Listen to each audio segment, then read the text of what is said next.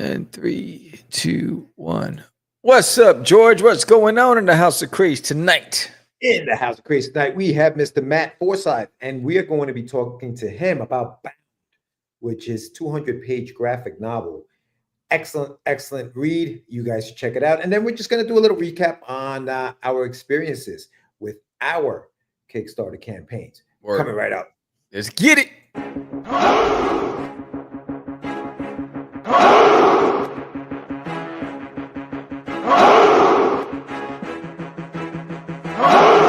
We are the only show for independents all around, giving you a platform to spread your word all over town. Catch the Craze is the place to promote to your fans with the dream of Medina and Sam the Crazy Man. Subscribe to our show and never miss an episode. It's time to get your mans, listen to us on the go. Updated every week, we never miss a day. Join the squad, come on in.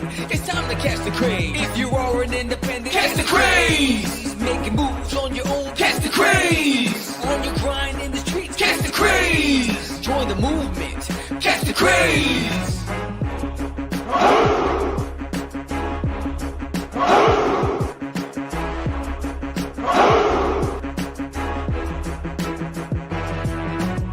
Yeah, George, we did it again.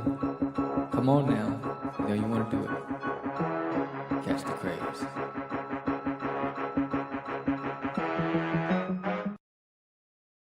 The Catch the Craze podcast. I'm your host with the most, said the Crazy Man, Vera, and I am what?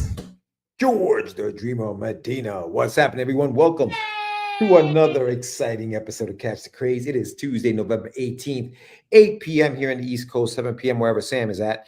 And we are coming to you live. So if you haven't done so yet, please subscribe to the channel, hit the like button, comment, do all that fun stuff. Lou is in the house. What's up? How you doing, Lou? Yeah, make sure you like it, and make sure you hit the notification bell so that you know when we are going live. We usually do this on Tuesday nights, so check us out. But tonight we have a great guest. We're going to be talking to Matt Forsyth, and we're going to be talking to him about his graphic novel, Bound, which was on Kickstarter. I think it might have ended already, but not sure if he's got late pledges on, but whatever you guys do, go to his Instagram, go to his social media, follow his link tree. He's got a bunch of stuff. Great book. I started reading it today, and I'm hooked. I'm hooked. 89 pages in, and I'm hooked. So check that out. And yeah, Sam, what you got going on, dog? How you been? How you been? How have I been? I've been drinking. I've been drinking. So what am I doing? What am I doing? I am sending out the books for proofs, even though Kickstarter hasn't released the funds just yet. It takes another, I don't know, a week. It's like usually a 2-week process. But I'm sending out the proofs tonight for both the hardcover and softcover. For those of you who backed Forbidden, the proof will go out, and so hopefully it takes around 2 weeks before I get them in the mail. And hopefully nothing goes wrong with the proofs, and the colors and everything is on point. And then send it off to print. And so just doing that, I finished illustrating the 2 super backers. I got one wanted to be an assassin, and the other one said, I'll leave it up to you. So I made him a mystic sorcerer. So I finished drawing those trading cards, and thus I'll be so all the trading cards are ready to go off to print. I'll send it to print when the funds are released. It's just getting ready to fulfill the Kickstarter in January, and preparing to launch Cosmic Wars in February. So if you haven't signed up for Cosmic Wars, which is my sci-fi epic adventure series, sign up today. I'll send you a free digital PDF of the original sketchbook from that was I created many moons ago. So yeah, sign up today, and we're launching in February. It's going to be one hell of a party. I'm excited about this.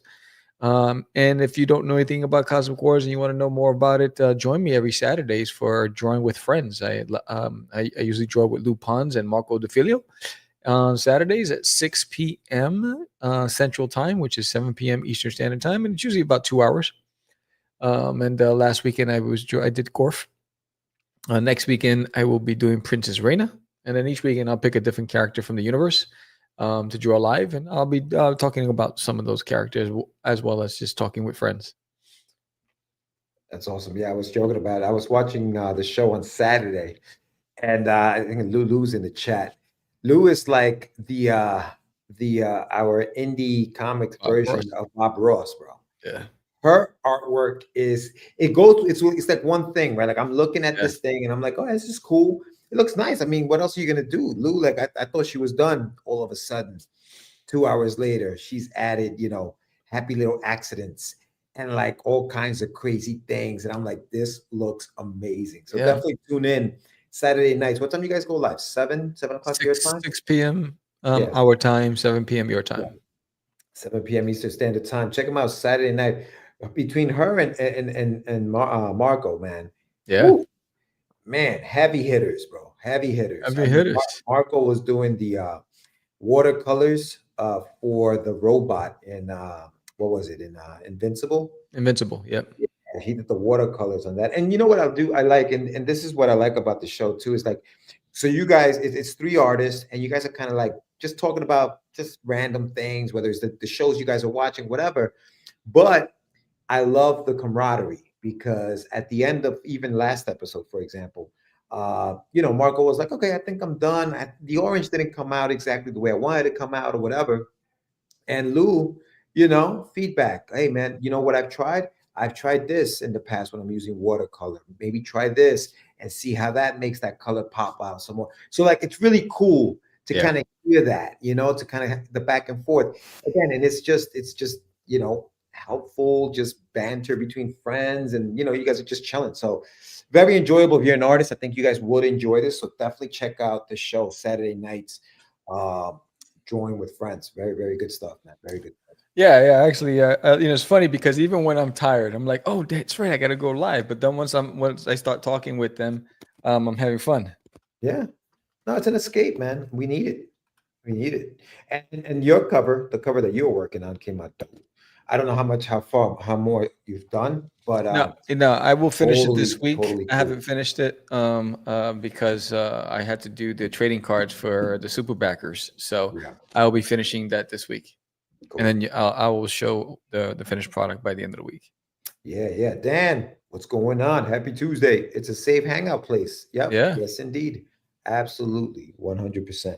And I love how like Lou disappeared.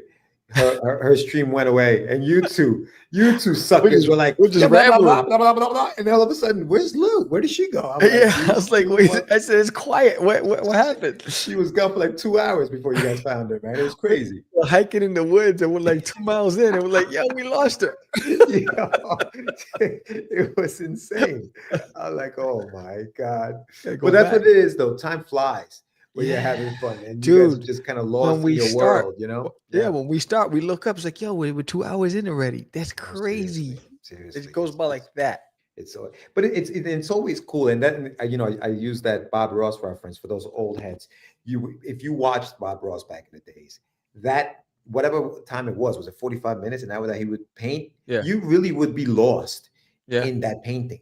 Between his voice and how the soft spoken, so it's similar to that kind of thing, where you guys kind of just watching you guys, and you are cute. Now you're invested. You want to see how this ends up. And I was watching it with John as we were driving back from seeing our boy Joe Holly up in Elmira, New York, and we were talking about how, like, honestly, dude, like, and I'll say this about you, bro. There's a lot of confidence in your drawing in the sense that there's very little second guessing. It's almost as if you already know what you're going to do before you do it. So there's not that much, sometimes when you're sketching and you're doing it, you're like, all right, I'm gonna do this, and then the drawing just starts building on its end, and all of a sudden you have it drawn. I'm like, damn, dude didn't even erase. It's digital. Right. But like, I'm damn, dude. What's up, KC? Dude. What's up, Casey? Yeah, man. It was cool to watch, man. It was very, very cool to watch. Yeah, but it goes back to what we talked about, because I was like, I had an idea because I saw that Spider-Man cover, right? Yeah. And I was like, that's like the kind of look and feel I want for Gorf, but Gorf is in the Arctic, so I don't want him coming out of the grave, but I want him to come out the snow, right? So I was like, all right, so how do I take and interpret it my way with Gorf? So I already knew the angle and the look I wanted. So to your point is once I have it, it's when I don't, then I'll use like stick figures to create the angle. but because I already knew in my head, I see what knew you're exactly what the pose was. You know what I'm saying? So saying. it all Yeah, depends on whether or not I have the idea already planted in my head, because then I'm just gonna run. right. No, yeah, no, and I'm telling you, it was something that just kind of like I was like, damn, it's already he's already there, he's already doing that, and but it's cool because I like the fact that you guys, it's not like everybody's drawing the same thing, and I know you guys are talking Yeah. about possibly having the audience decide what you guys draw on a certain night or whatever. But I do like the fact that you guys are kind of just there, and everybody's got their own thing they're doing. It's not like a uniform thing, like we're all going to work on this tonight. It's just like, hey, what Yeah. do you got going on over there? All right, that's cool. What do you got going on over there? And so Yeah. it's very cool. It's very cool. Yeah, it's a fun show to watch. Yeah, because she's like basically like digital painting, right? And then Oh, it's gorgeous. he's doing traditional watercolor painting, right? She's working off of one platform. I'm working off of another platform with a whole different style. So I think that's, you have three different styles, three different approaches, and and then and it's just cool conversation. Yeah. And I think that for anybody who's just an artist, an aspiring artist who wants to learn to draw, or people just who want to hang out and just listen to us while you're drawing, it's a great 2 hours to just sit back, draw, and just listen to the chat. Yeah, no, it's cool. It's dope. It's dope. But for those wondering what's going on with the shameless plug, so the surveys went out today, just maybe an hour before the show started. So if you've gotten your survey, please fill it out. There's going to be information that I'm going to need there. Some of the information is if you're a physical backer, your addresses. I need to know where to send this book. And if you're a digital backer, your information such as your email address, where you would like me to send the stuff. So make sure you fill that out, please, please, please. The sooner you fill it out, the sooner I can start sending all that stuff out. If you delay, it delays everybody, and then there are issues. Hey man, where's my book? It's late. It's not late. I've been waiting. So fill it out, fill it out, fill it out, fill it out, and then the funds should hit the bank on Thursday. As soon as those things hit, the book is going to the printer. And as soon as it comes back, it's going to you. So that's where we're at there. Late pledges are still open. So if you guys haven't pledged to the campaign, please, check it out. Check it out. Pledge to the campaign. They're going to be open for a couple of weeks, I think. I'm going to leave it open for, and then I'm going to shut it down. Sam, I think yours is still open. Don't forget. No, I shut it down. Oh, you shut it down already? I shut it down. I was like, forget this. All right. I was like, we're moving on.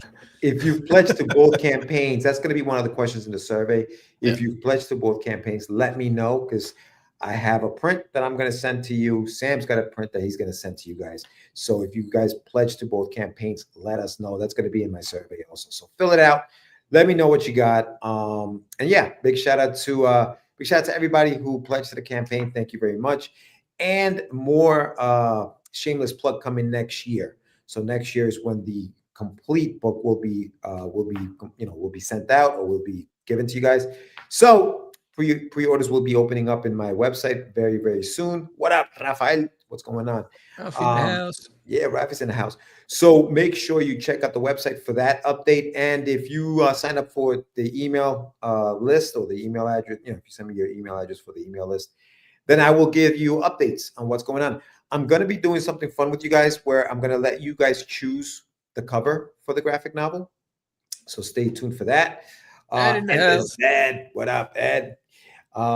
Yeah, so that's what's going on. And don't forget that next month, December, I think it's December, second week of December, issue number 3 of Wonder Duck comes out to your stores. So make sure you check that out. Issues 1 and 2 should already be in your stores. If you go to your comic book shop and they don't have Wonder Duck, ask them to order it order the book. So what else I got? I think that's all I got for today. Actually, next month, next year, dude, the first convention, I'm going to be traveling out to see you. So I'll be out Texoma. That's going to be yours too, right? It's going to be your first one? Yeah, my first one for the year. Yeah, and then I got to figure out what I think I'm going to be doing one in April. I think I'm going to be doing Baltimore Comic Con next year, and New York Comic Con so far. So those 3 are the ones that I'm thinking I'm going to be doing. I'll probably be at Terrificon in Connecticut, just kind of walking around. But yeah, we'll see. We'll see how it is. Yeah. To your point, I know that on the campaign it says digital backers, you get your rewards in January. as soon as the funds clear and it's in my bank, I'm sending all digital rewards out. So it'll be sometime at the end of next week, probably next weekend. So technically, they should be dropping into my bank next Thursday night. So look in your inboxes on Saturday. I'll be sending out surveys this week just to confirm your email addresses for everybody. But all rewards, all the unlocked milestone rewards that we unlocked, I think there's 4 of them. Those will all be sent out all together. So it'll be in a big bundle. Yeah. Oh, and after this whole Kickstarter thing that happened over the weekend, well, yesterday, this morning, where it was down for a little bit. Yeah. That's why I think sometimes people will send you the rewards right in the messages within Kickstarter. But then after that happened today, I was like, what if that was to happen? And every single digital backer who maybe just relies on those digital files within those messages, if that website is down, it's gone. So definitely fill out the surveys and include your email addresses, because then that way those things can be sent out to your email. You'll always have them. You don't have to rely on the website to hold that kind of stuff. Yeah. Because it could get lost. You know what I mean? Because we know Anibal never fills out the surveys. Oh yeah. Never. Like, I always gotta reach out to him on Facebook Messenger and say, yo, dude. Arelis in the house. What up, Arelis? How you doing? Our brother's a superstar. She's doing a signing at a comic shop with her she's be vending with her jewelry. Fantastic stuff. Yeah, good stuff. Good for you, Arelis. Congratulations. What now? That's do you know what comic book shop it's gonna Pastime Comics, I believe it is. Pastime Comics. Awesome. Yeah, so you guys are in that area. Where is that? That's in Dallas? That's in Texas, yeah. All right. So if you guys are in that area, Pastime Comics, check it out. Go check out Arelis. Yeah. That's awesome. Superstar. That's awesome. Yeah, hell yeah. Yeah. Because they are Katie Kaboom. Katie Kaboom. Yeah, dude, that was scary this morning. I was like, we better get our money. Oh, I was like, because I knew that they were having strikes, and the union or whatever it is, and they want more money and all this other stuff. So then this morning, I was like, oh, they got him. They got him. They got him. They got him. Yeah. So make sure you fill out the surveys when they come through. Get the stuff in your email. So provide all the information there. That's very important. We have a guest tonight, though, Sam. Yeah. So wait, there's a question. Is this the most IPs that you both had running at the same time? You dudes got multiple projects going at the same time. It's the first time we did it at the same time. Normally, like he'll go on a season, then I'll go on another season. But yeah. But did Mr. Sam? Oh, Missy, yes. So she has something that I'm mailing to you. I just haven't had it's in my car. I gotta mail it out to you. So thank you letter. But yeah, she really loves it. But it's been sitting in my, so it's my fault because she's like, did you send it? And I'm like, oh, so I'm gonna send it in the mail. I promise you. It's I always forget because I'm always stuck in traffic and then I forget. I'm like, oh. But yes, she loved it. Thank you. But yes, we do have a guest. He's in the green room and there's no food in the green room. So Matt, again, George, you'd be dropping the ball. Matt, that's the one thing you got to do, bro. No, it's not the one. It's the one thing I got to do is read a 200-page graphic novel an hour before the show. But that's why you got the glasses, bro. Right. Super duper. Yes. I read the future. Yeah, no, I got you. Yeah, man. I got the glasses, bro. I got the glasses. You hide them. You hide your glasses. So, with that said, let's bring him in. What's up, Matt? Hey guys, thanks for having me. Matt, what's going on, man? Good to see you again, man. Yeah, likewise. Nice to meet you, Sam. Same here, buddy. Congrats on your guys' success. I was kind of clueless. I saw George on a JD show and checked you guys out, and you guys have been doing this for a long time. Oh yeah, congrats! Yeah, it's been a while. Yeah, it's been a while. Yeah, we were there when Moses was around. Stand part of the Red Sea. Yeah, it was crazy. Yeah. It was crazy. But Matt, man, it's good to see you, dude. Like you said, I met you on JD's show. Had a great time chatting it up. For those who don't know, just really quickly introduce yourself to the audience. Tell us a little bit about yourself. Yeah, my name's Matt Forsyth. I'm the co-creator and illustrator and sometimes writer of Bound. It's a 400 at the moment. It's 400-page graphic novel. Just did a Kickstarter for the first volume, which is 200 pages, and we'll be doing another one next year for the next half. It is complete, barring revisions and stuff. We did do issues for our patrons over the years. So we do have issues 7 through 12 done. We just gotta go through and put those finishing touches on it all. That is some project, dude. 200. I'll say this. I was like, we were joking around about, I got the book like maybe an hour before we came on, and I was like, I'm gonna read it. But it's a quick read, dude. Like it really, I sometimes you sit down, you're like 200 pages. How am I gonna get through half of this thing, or even a third of this thing? And the book, like the pace of the book is so fast. It's well done, man. Congratulations on a really, really good book. Really good job. It's for those who don't know, it's Bound is a sci-fi horror manga inspired by 80s, 90s anime. It's H.P. Lovecraft meets Ghost in the Shell. And I think that's like the perfect, you have that on your Kickstarter. I didn't make that up. But it's the perfect description for the book. I also like that you sprinkled in, so between chapters, you sprinkle in like quotes. You have a couple quotes from HP. But I love the quote from Mary Shelley because, as a matter of fact, Frankenstein is my favorite book, and Mary Shelley's Frankenstein is my favorite. Yeah, so I love the fact that you incorporated some of that stuff. For those who don't know what I'm talking about, Bound. Tell us a little bit about the idea, what it is, and how you came up with this thing. Well, I mean, it goes way back to 2002. Me and my childhood friend Kevin Lill were both out of college, kind of lost, we both grew up reading comics. So we were like, you know what, let's just try to make something. We were both living at home, like right after graduating and not really doing much, not really knowing where to go next. I was kind of, I always knew I wanted to be an artist, but when I was in my 20s, I was just kind of like wandering. I didn't know what I wanted to do, and I didn't know how I was going to achieve that goal of being the artist I wanted to be. So we're just like, you know what, let's make something. And we came up with a basic idea. Kevin had a character that was a demon that fed on innocence. I had a character that had kind of psychic abilities, kind of an X-Men type idea.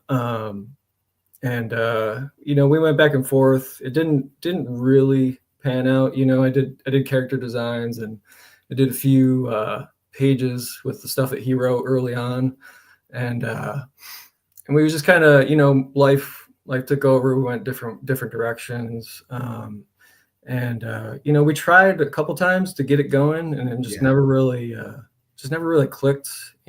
My skills weren't there. He got married, had kids, so around 2007, I'd gotten divorced. I was moving to a different state. My friend helped me get a job in Albany, New York.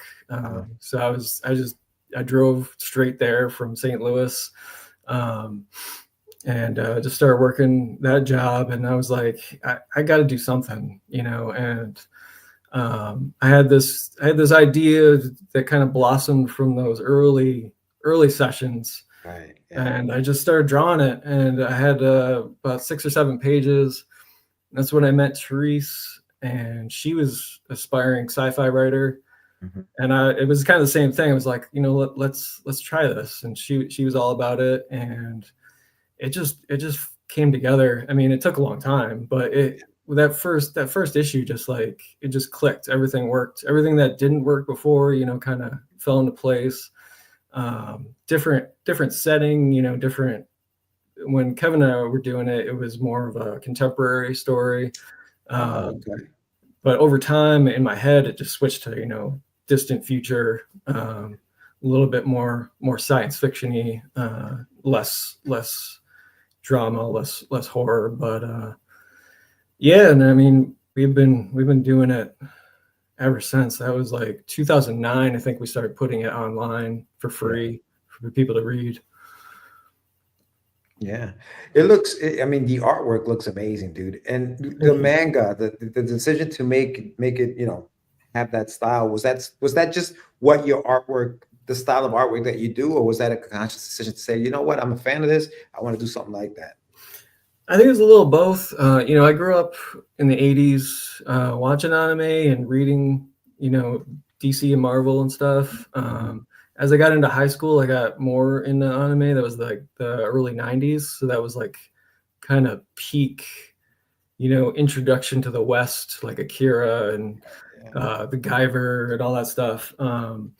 So that stuff really captured my attention. And I started reading manga in like the floppy form. You could get Viz comics this back then.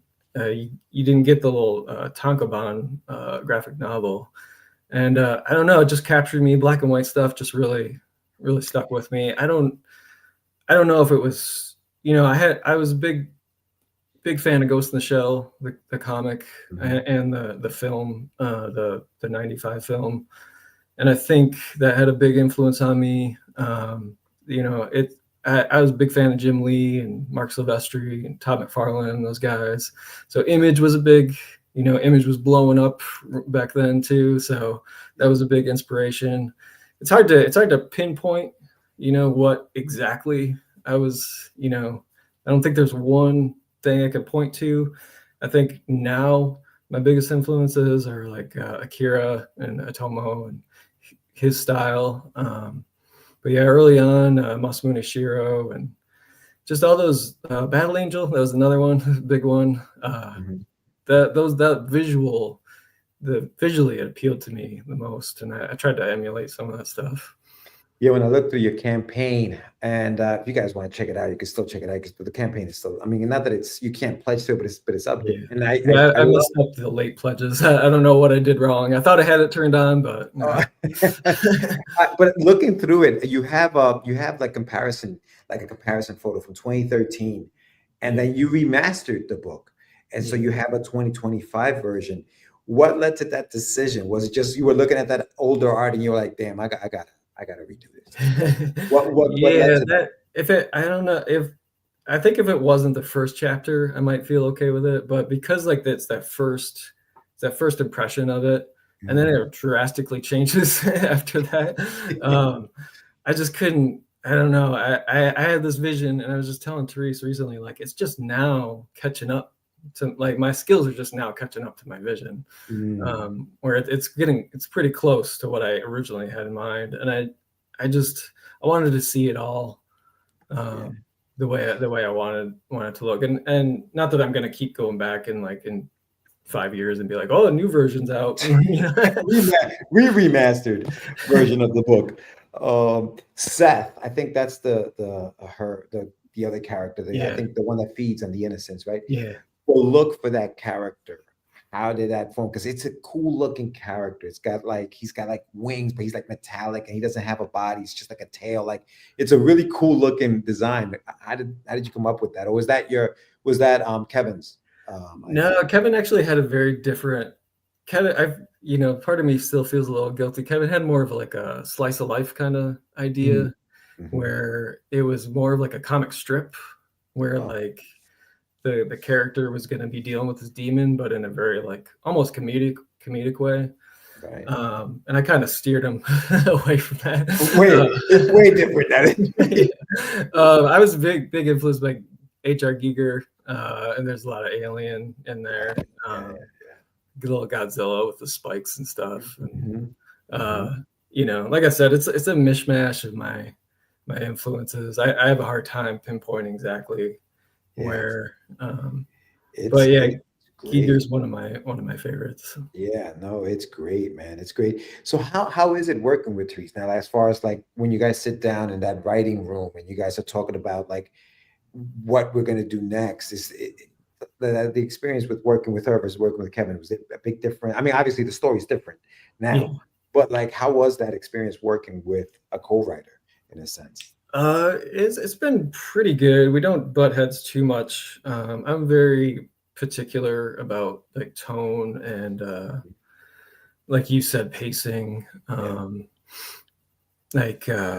Like you mentioned, it's a fast read. Akira's like that too. For those who haven't read it, it's you could sit down and probably read the first giant tome in like 20 minutes or so. It's very like boom, boom, boom.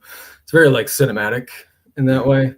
Yeah. So that was a big influence on like the pacing. I wanted for a little while before I met Therese, I thought about doing it just visually with no words. Really?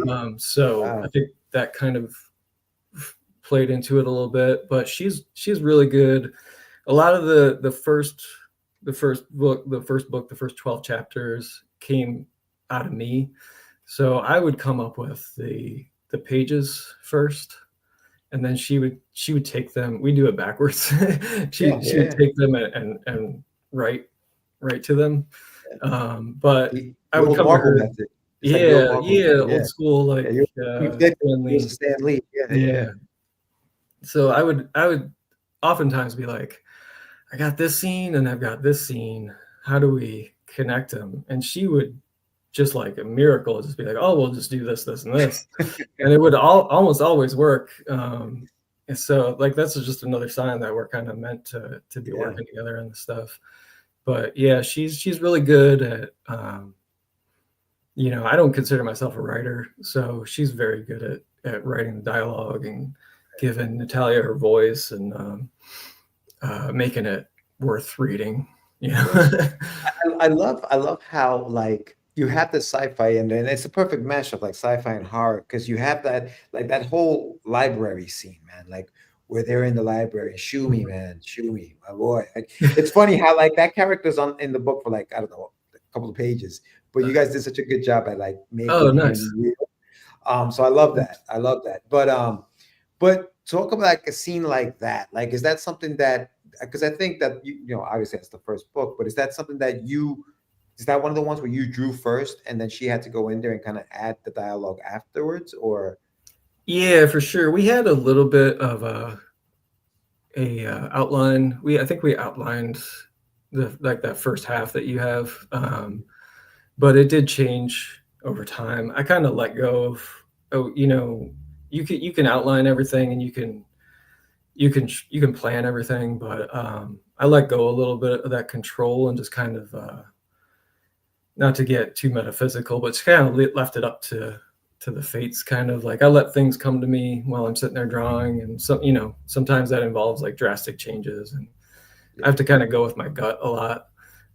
But yeah, she was really good about making things feel a little more real, bringing things back down to earth a little bit with the dialogue and what's said on the page. And yeah, no, it looks great, man. It looks great. The visuals, obviously, you're doing all the artwork. How long does it take you to do a page from? Because is that gouache? Like, I mean, how are you when you're drawing it? Because it's got the black and white, but it's really great grayscale, right? But like, what's the style they're using, and how long does it take you to create a page? At first, it was just like because I was working jobs and stuff. I just kind of did like I would just let a page take as long as it took. Once we got into a groove, we got it down to took us about 3 months to make an issue. Okay. So, I'd like to say I could do a page a day, and that's kind of my goal, page or two, but sometimes that doesn't happen. Like most times it doesn't happen. But I started off doing traditional stuff. I grew up before computer art was really much of a thing. So I would do non-photo blue and then graphite and then inks. And then sometimes I would add tone also, but I was kind of afraid of inks when we first started this stuff. I always thought of myself as a penciler, I wanted to do those like clean, Joe Mad or Jim Lee pencils. I wanted to have that skill, but over time I realized that I can't take forever on each of these pages. So now everything's 100% digital. So I sketch it all out in blue, and then I just jump straight to inking. And it's kind of like I was thinking about recently. I see a lot of people online, a lot of very talented people inking. They'll post their reels or whatever, and they'll do it very carefully and they'll get all the lines perfect. I don't do that at all. I sketch it all out, and I'm pretty sketchy and I'm pretty loose with my lines, and I'll go back and I'll clean it up. No, I like the sketchiness of the art, especially on those fast-paced pages where like almost like that adds to the mood and to Oh, the thank you. scene, like the Yeah. sketchiness of it. You know what I mean? Like if they're running or something, or they're being Yeah. chased or something, like just the Mhm. fact that it's sketchy like that. It's really cool. And I love those two characters that you have chasing her in that first book, where they're Thank you. like they have like that it looks like they have like bandanas, but they have like the skull faces. Yeah. Like really, really cool looking. This is really cool looking characters Thank you. that you come up with. So yeah, no. And you know what? I should have seen, obviously you were doing all the arc, and I'm like, damn, this is really, really cool, man. I really enjoyed just looking at the page, and it's clean. It's not like sometimes when I look at something that's fast paced like that, Mhm. sometimes it gets a little confusing. Like, what am I looking at? And I think Yeah. that you do a good job at like keeping everything clean. I There's a appreciate that. scene where where like Seth is falling, Mhm. and in my mind, I was like, okay, he's about to fall into, because he talks about falling into the darkness. But Yeah. the cool thing about that is that the background isn't black, because that's what I was expecting. He's falling into Yeah. the darkness. The background is white, Yeah. and I thought that that was a nice contrast to do something like that. Was that just by accident, or was that something you guys kind of planned in the writing process? Some of it is by accident. I go with my gut a lot. It's kind of like, does it feel right? And I know that's kind of sounds kind of weird, but uh, I think sometimes you have to rely on intuition.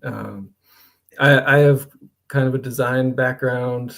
Like I said, in my 20s, like, I started experimenting in other art forms. In high school, I was really into comics, and like it was like, oh, I'm going to draw comics. But then as I got older, I took graphic design classes, I took video classes, I took sound design, I majored in animation. So Okay. like, I think all that stuff comes into play. Yep. I think it helps me a lot with laying out pages and really giving it a dramatic feel. Yeah, I was talking to a friend of mine, somebody who actually had just finished his Kickstarter, Elliot Mondry. He's got a book called You Never Know, and he's a writer. He was talking about not being afraid of the silent page, right? Sometimes as creators and as comic book artists and as comic book creators, we want to fill the page with words because it's Yeah. like people got to read. And sometimes it's cool just to have a blank page and just letting whatever's on the page kind of guide you through it. But see, that takes a lot of, like you said, design skill and Mhm. the knowledge of like storytelling and just sequential art, so Yeah. that the audience doesn't get confused, because the words aren't there to guide you. It's the artwork that has to guide you. So the fact that you have a design background makes a lot of sense, especially with those covers too, man. Like Oh, those covers thanks. are really, really nice covers. Thank you.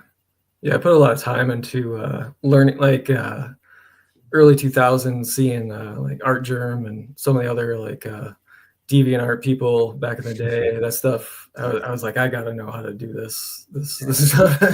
And I started learning how to digital paint on a old Intuos 3 Wacom tablet. Didn't have I had to look at the screen and use my hand off screen, and Oh man. it was a big steep learning curve, but I think it helped me out. I think it helped both my traditional skills and my digital skills. They kind of help each Dude, other out.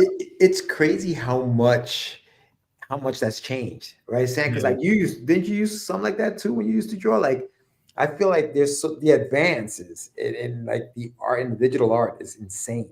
How Yeah. much we've advanced. I used to hate having to draw on a tablet that didn't have a screen. It was just, you had to look at the screen and draw in your hands, like the hand Yeah. icon.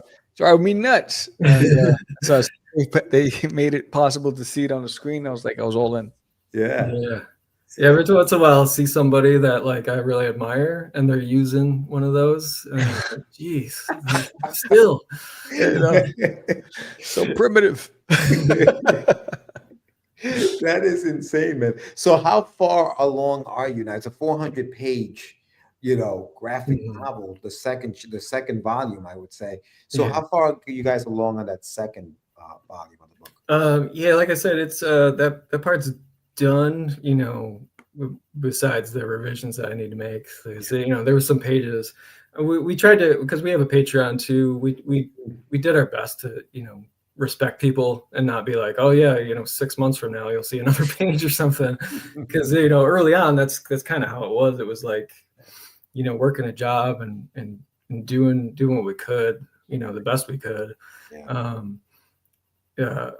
I think being accountable to people can be helpful. So we're done with it, but there still needs to be some things need to be fixed, because it was like, I know this isn't right, but I'm going to put it out so people can read it at least and get the story going.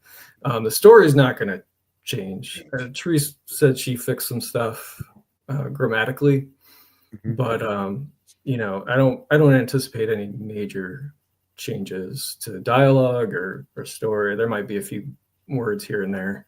Yeah. But yeah. Cool. And you're trying to put that out for next year, the Kickstarter for that one. Yeah. I'm the next few months, I'm just working on the remaster, and I'm trying to get back in the groove of that, because this is my first Kickstarter, our first Kickstarter, and it took a lot out of me. And I animated the trailer and stuff. I went maybe too far into it, but I don't know how we're gonna top that. But right. Yeah. No, you're gonna have to have live action stuff going on. No, that's awesome, dude. That's awesome. So the is it an ongoing series, or is that second volume? That's it. That's where the story ends. That could be where the story ends. That was always the kind of the plan. It was like I like things to end. So it was kind of we'll just do this, see what happens. But Teresa's she by the end of the year, she's going to have a full outline. So we're doing it the more proper way next time. She's writing it and I'm going to draw it. Right. She's taking the lead a little bit. It's going to come more from her than it did from me. I'm sure there'll be some back and forth and some give and take there, but she's got another 12 issues or so planned out. So see where it takes us. Awesome, man. Awesome. Well, listen, Matt, when you guys are ready to start promoting that thing, let us know. I think you still have the link. You may be able to just book yourself for next year, and then for sure. Come on, man. Come on and let's talk about it. I appreciate you guys having me on. I started following you. It's hard to it's a double-edged sword with all this stuff. You want to be up with everybody and support everyone, and like I want to back everyone's Kickstarter, but at the same time I gotta tear myself away from the internet and put myself in isolation a little bit. And, yeah. No, I totally get it, man. Totally get it. It's when it's time to create, you want to just be able to just do what you got to do. Yeah, and I'm sorry I didn't even know about Sam's Kickstarter. I would have backed it, but saw it too late. But yeah, you guys are doing great work, and thank you. Looking forward to reading what you guys are doing. Awesome. Yeah. No, I'm looking forward to finishing up the Bound. I'm up to page 90. So I'm telling you, I got through it, man. I'm on chapter 4. Let's see what happens next. Yeah. So nah, man. So for those watching, make sure you follow Matt. Matt. The links are going to be they're obviously in the chat, but they're also going to be in the show notes. So make sure you give him a follow. And then, like I said, man, next year when you're ready to come on and talk about it, let's do it. Hell yeah, guys! I appreciate it. Awesome, man. Good luck with everything you guys are doing too. Congrats on your Kickstarters, and thank you, man. Continued success in your podcasts and stuff. I could tell when George started talking on JD's, I was like, this guy has some stage presence. You're very eloquent speaker, which I feel like I'm the opposite of that. So nah, dude, get out of here. Between my, you know what I'm saying? I knew right away, like this guy, he knows what he's doing. Yeah, we sent him to finishing school, so yeah. I could have told Sam. You don't know about Sam, man, but you'll find out. Matt, thank you, brother. Appreciate you, man. Come back anytime, and man, thank you. Yeah, I really appreciate it. You got it, brother. All right, so links are in the chat. His IG and Facebook links are in the chat. It's also in the summary. So go and check it out. Really talented stuff. Great stuff. Great stuff. Beautiful book. It's if you guys are into the whole manga look at the book, it's beautiful. It really it's fantastic. Yeah. I mean, I think I showed one of the covers. Yeah, there. Yeah. Really dope. Yeah. Yeah, so definitely check him out, and can't wait to have him back to talk about the second half of the book. Yeah. But yeah, man, Sam, what are you doing? Nothing this year. Next year we start off at the Texoma, right? I got three things lined up for next year. I got an LCS, Free Comic Book Day. Yeah. Oh, I have nice. LitCon. I'll be Yeah, doing my Leo. third appearance at LitCon, Uh-huh. and I'll be at Texoma Comic Con. So what did you learn, bro, from the campaign this time around? It was a different campaign because it wasn't duty, it was something completely different. So what were some of the pros, some of the cons? What were some of the things that you're like, maybe I should have done this, or or The turnout wasn't what I expected. I thought it was going to be more because there were at least over 50 people who signed up to watch it, but didn't actually pull the trigger. So they didn't come through at the last minute to pledge. So that surprised me because usually on the last day, you get about 10 more that, they're like, all right, I'm waiting for the last day because I want, it to go through on my credit card immediately. They didn't show through. So that surprised me the most. I knew that the sticker price was going to scare some people, but that included the shipping and everything was in the cost. So whatever you saw was the price was everything. That was the shipping cost. That was everything. So yeah, I think what surprised me the most was the turnout. Well, also I realized that I started seeing posts that I posted show up now. I saw one today. Yeah, that I was today. like, so the algorithms are not working in my favor. I realized that Facebook ads is a waste of time and waste of money, because all it does is show that you're getting likes or views, but they're not converting. So so I think I think it's bullshit. I think Facebook is just taking your money. They want you to spend a certain amount in order to get a return on your investment. So Facebook ads, I won't be doing that again. And so yeah, and I think that because it was a fantasy book, I got to find out more creative ways to reach that audience of that genre. But yeah, I think that the surprising part was not only that. The surprising part there was also a couple of things that's really, I guess, frustrating. There was at least a dozen people that were like, "Yo, when are you gonna bring that Forbidden book? When are you gonna bring it?" And I was like, "Yo, it's now available on Kickstarter." I sent them the links, and they went dark on me. Right? So I said, "Don't tell me, because it's a good thing to say. Just So I think that those were the things for me. I think for the most part, I did my job. Right? So I promoted it everywhere. I mean, I ran ads. I had it on about 17 different platforms. I did videos. I did, whatever. So I did that part. I just think, I don't know. With this campaign, it was successful. It was a successful campaign, but I felt like Forbidden deserved to have done a lot better than it would have. I was pleased that we overachieved the funding goal. But yeah, I just think the turnout was what surprised me the most. That was it. Yeah. I think for me, I think that because I gambled a little bit, and it was all right. I kind of competed with myself, and it was in this way. I had the Kickstarter going, but I also had my website open for pre-orders. And right off the bat, originally my funding goal was going to be about $1,000 because for the printing and all that, and for the shipping. But I lowered it because I had the pre-orders on my website. And so I felt like, man, that's gonna hurt, the pledges.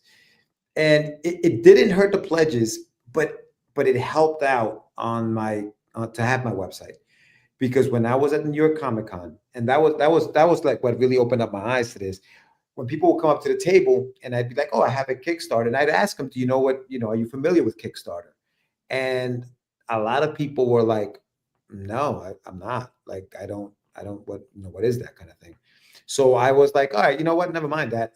If you want the book, you can pre-order it right now on my website.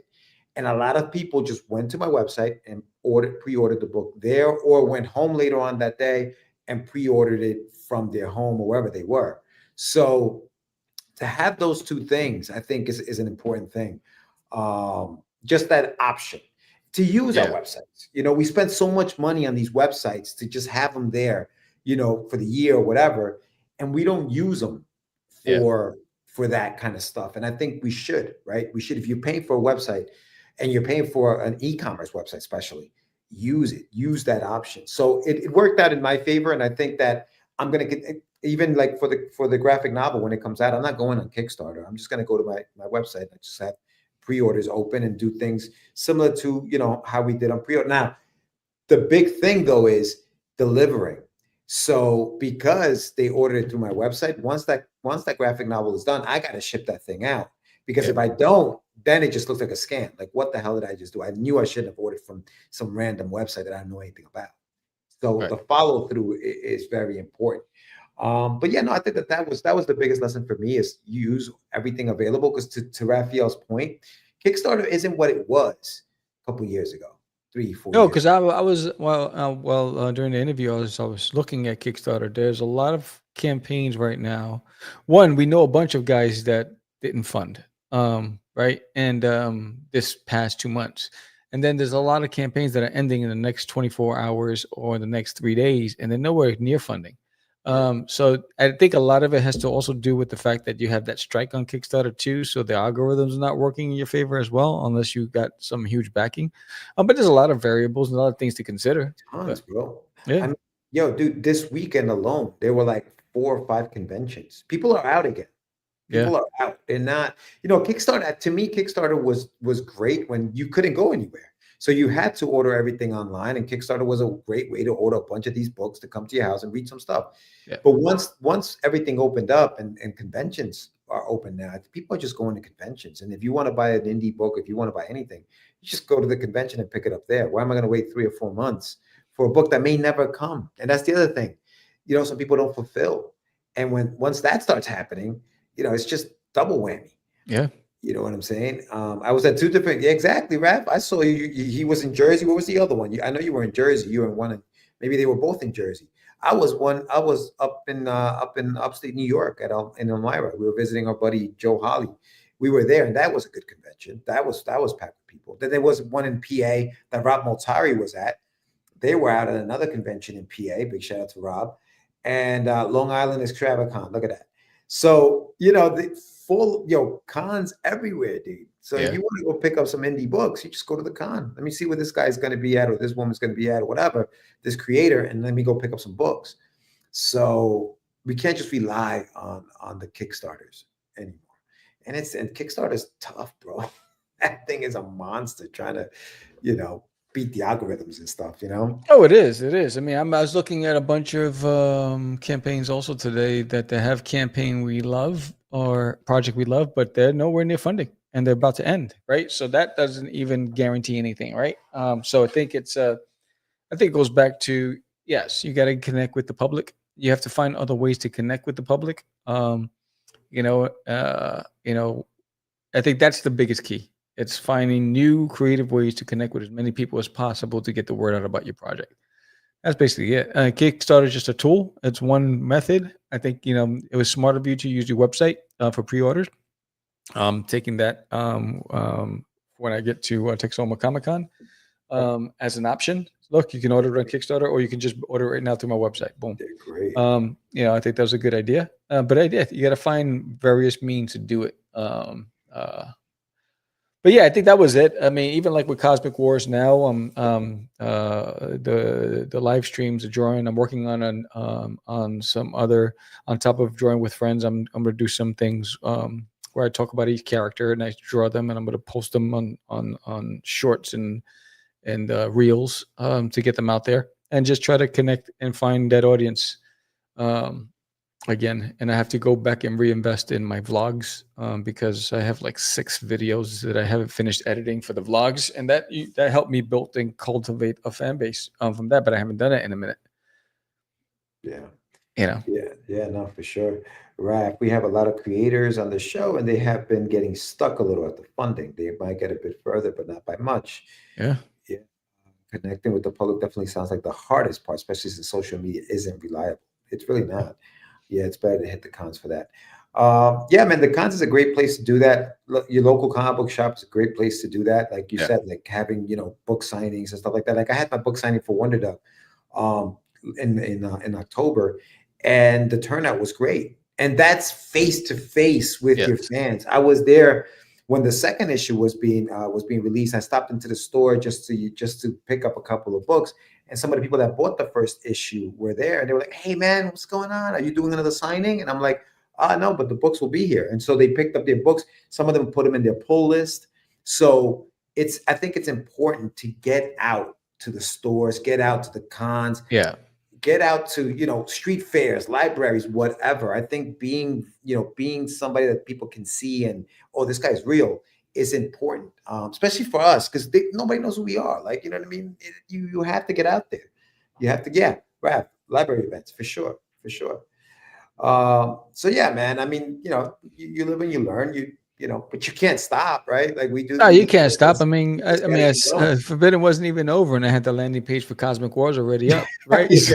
yeah. Sam was saying like, "Yo, man, I hate Kickstarter." By the way, my landing page is up. Follow that bad boy right now. I get, it's like, you get pissed off with the system, but you still got to work the system, right? It's like, it is what it is. Like, I can't stop, won't stop. Love it, man. Even though I hate working on Kickstarter, but I gotta use it, right? It's like, because it's not only that, it's almost like creating a comic book, designing all the graphics and the thumbnails for Kickstarter, and designing the page and the psychology behind it. Yeah, right? Like what's gonna make people kind of scroll through this thing and pull the trigger, and you know what I mean? Yeah. I mean, and it's a full-time job just designing a Kickstarter page, right? It's and that usually takes me about a week just to design all the templates and get up all and determine the price points and the goals and the packages and all that stuff. It's like, oh, good Lord, right? How many tiers? Is this tier good? Should I do this one? What am I going to add in this one? Yeah, what's going to be the stretch goal? What am I going to add? There's a lot. It's a lot that goes into it. Yeah, so, and I think sometimes people don't even understand that, right? It's like you got to do all of that stuff and you got to promote it. Not only that, I mean, when I looked at it, it was 100 different graphics that I posted on social media over the 30 days of the Kickstarter, right? So it's like typing up all the summaries and the things and trying to get people excited, and all that's work, bro. And there's no check coming in. There's no money coming in for that, right? And it's your time and it's your money, and it's an investment towards your dream. And sometimes it just doesn't pay off. Right. Yeah. But you can't just give up. You got to get back in the game, get on that saddle and try again. For sure. I just wanted to give a big shout out because this is one of the important things I think that we have to remember is like when we're doing a Kickstarter and you couldn't do it because work and all that stuff, going on some of our, fellow, podcasters shows, I think is important as well. I want big shout out to JD Calderon and his podcast, Raphael, who's right there in the chat, his podcast I was on, Barney Smith, Story Comic, great podcast, Cody with Keeping It Geekly, freaking awesome podcast, Kevin Davis. I mean, there's so many of you guys that opened your streams to me and let me get on there. Lori Calcaterra, Path of the Pale Rider. Big shout out to her with the Morning Brew. She, she's like, come on the show. So yeah, big shout out to everybody who basically said, yeah, come on and promote, because we know how it is to do this. And so it's important. Oh yeah, I know. I mean, I wish, the hard part is work, and I respect these creators enough to not want to tie up a slot when my job changes something and I have to travel and then I have to cancel on them. So I don't want to take the risk of canceling because it's not a good look on me. So out of respect, I won't book stuff that I know I won't be able to commit to 100%. So I don't want to waste anybody's time. I mean, when Ralphie hit me up, I was like, I knew I can make that one, right? So he was like, yo, when can you do it? And he gave me an option. I was like, I could do this day. And so I was able to make it, JD Calderon's, I was able to make it. Yeah, their shows are a little later in the evening. Yeah. It's the daytime shows because Kevin goes on, in case he's talking, he's going to be on Kevin Davis's podcast in December. That's awesome, Carrie. Let me know what day. I'll tune in. Lori does her morning, the morning. Yeah. So it's tough. We used to remember when we had that show on Tuesday. No, was it Tuesday mornings? We had a morning show. Yeah. Yeah. It was Wednesday. Was it Wednesday or Thursday morning? It was Thursday morning. Thursday. It was Thursdays. We used to do Thursday mornings, and we used to, we used to have our own thing in the morning. And then you started work. This is when you were doing the Propreneur thing. Yeah, but to the question from Ed, what do you think of Kickstarter coaches? Here's the problem that I have with those guys. You know, they like to give you insight, but it doesn't pay off 100%, and they don't even promote it. So you're paying them for information, but they don't use their network to say, "Here's a client of mine, check it out," right? Unless you got that part of your package deal. The stuff that they give you can get on YouTube. You can get on listen to Comics Launch, that podcast. I listen to it every Sundays. They post a new episode and they interview different creators. I listen to that. I go to Launch Boom. I get insights from there. So the information out there is free for you, and all you have to do is actually study some of these Kickstarters that are successful, and look how they design their pages. Look how they set up their tiers. Look at all that stuff, and then search for them on social media and see what they put in their posts and how they go out and communicate to the audience and all that stuff. So the information is there. You don't have to pay for it if you want to, but you got to do your homework. Yeah. 12/19. So for those, Carrie's going to be on Kevin Davis' show, 12/19. Yeah, and some of those coaches can be expensive. Yeah. So 1K, damn, 1K, bro. Like, what, how much? 1K. You got to guarantee me $10,000 in return. 1K, bro. That's insane. And the other thing is, free info for sure. I wouldn't pay 1K for a campaign that's only going to make 2K. Yeah, it doesn't make any sense. It doesn't make sense. No sense. The other thing is, you got to also remember what may work for somebody may not work for you. Yep. So it's all, you're learning as you go. So like, they may have an incredible campaign and it looks amazing, and then you try the exact same thing and it doesn't work for you. Yeah. So you got to do what works for you. You know what I mean? You got to come in there with kind of like a mind, like, okay, what's actually kind of has worked for me. Let me see if I can try that. Doing this. So yeah, I can tell you right now, I mean, all you have to do is, like, one of the things, all you have to do is, you can get also that information on Google, because now Google search engine uses AI, right? You can just type in. He's like, or you can just put the summary of your book, right, and say, here's my book. How should I market and promote this book on social media? And it's going to give you all the steps, right? And you can ask it for information, right? Because what it's going to do is going to pull from projects that are similar to yours that have been very successful. Right. And then you take it with a grain of salt, and you take what works and what you think is going to work for you, and you go from there, but I mean, in today's day and age, and it sucks to say, but a lot of these guys are just taking the information that's already free, and they're just tailoring it and coming off as experts. But you can be the expert yourself just by doing the homework. The coaches, you mean? Yeah.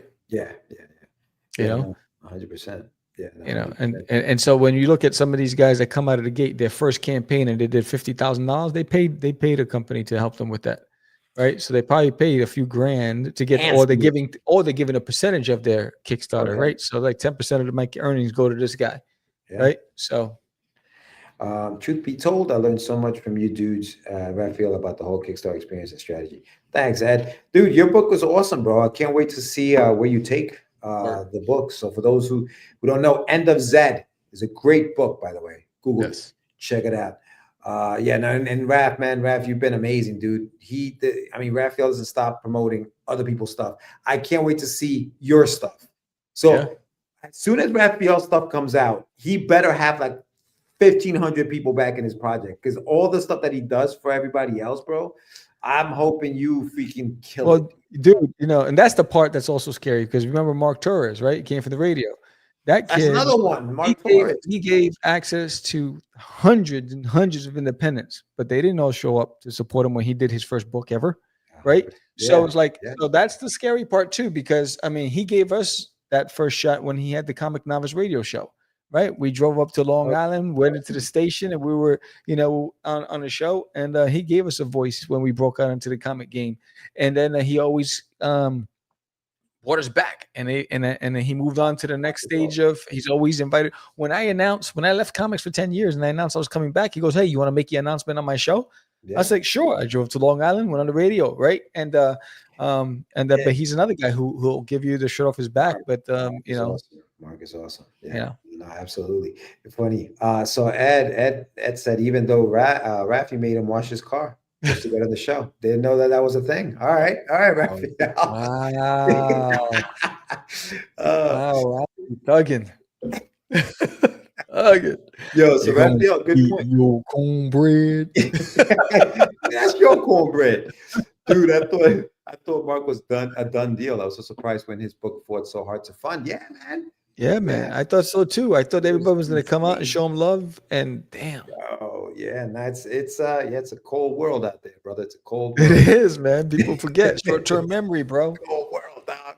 Short-term memory. Yeah, man. No, but big shout out to all of those shows, Mark and Raphael and all the guys who really, really, really support the indie scene, man. You guys really do it, and I'm glad that you guys can come on. Like, listen, when you're ready to do it, come on the show. I'm glad to have you on here, man. Let's talk about it. Let's talk about the show. Speaking of the show, Sam, who do we have next week? We have a show next week. Yes, we on November 25th. We have David Starr. David Starr. It's going to be our Thanksgiving special. Yeah, we got David Starr. It just looks he has his website. Let's see what's on the website. David Starr next week. Make sure you join us Tuesday, November. What is it? 25th. He's got A to Z, Baby, Animal, and Scientist. Looks like a children's book. All right. Yeah. It's on. So Tuesday. Yep. It's on. It's on and popping. All right, Sammy. Well, popping. I gotta get some work done. I got some books to some PDFs. Nice. Fake news. Ready. Fake hey, news. Listen, man. The work doesn't stop over here. Can't stop, won't stop. You know what I mean? So we got to get it going. But no, we'll be back next week. We're going to be back with a guest. We'll have a topic. We'll talk a little more. Yeah, man. If there's a topic that you'd like us to cover next week on, let us know. Yeah. Frustrating when you get a high backing from someone who turns out to be a coach who pulls the backing. Wow, that's terrible, Kerry. You see that shit, Sam? Yeah, it's funny because I don't know how many you did, but only one person hasn't completed the funding. So that's pretty cool. Everybody else, everything cleared, but only one person hasn't cleared yet. But that happens, right? It happens the last minute when Kickstarter goes to collect the funds. But did you see what he said? It was a coach pledged a lot of money, pledged a lot of money to the campaign. When Kerry, whoever it is, don't buy into what they're trying to sell, they pull that out, and now you're back down. That's crazy. That's a bribe, bro. That's extortion. That guy should be arrested. Yo, man, crazy, bro. You gotta call the feds, bro. Wow. That's extortion. Yeah, call the feds. And I'm not a big fan of Pablo, but I'll eat it. You know what I mean? It's Thanksgiving. We'll do it. Matt, it was a pleasure having you on, my brother. Thank you so much for coming on. And Kerry, man, that's crazy, dude. I hate when people do that poll BS. Yeah, brother. But we'll be back next week. We'll talk. If you guys, have a topic you guys want us to talk about, let us know, and then we'll do our thing. Yeah, man. And don't forget, again, Cosmic Wars comes out in February. Sign up today, and I'll send you a free digital copy of the first sketchbook that I did for the series many moons ago. So sign up for Cosmic Wars today, launching February 10th on Kickstarter. Launch party right here on Catch the Craze podcast. And it's the first book that I actually entered the game with. And so it's all remastered, redone, redrawn, rewritten, everything. So it's all new. So check it out.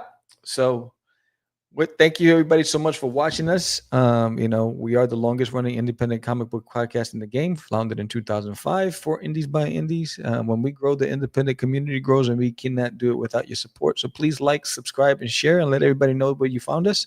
And we appreciate every single one of you tonight. Thank you so much to our guest, Matt Forsyth. Go ahead and check out his work. Go to his website. The link's in the chat.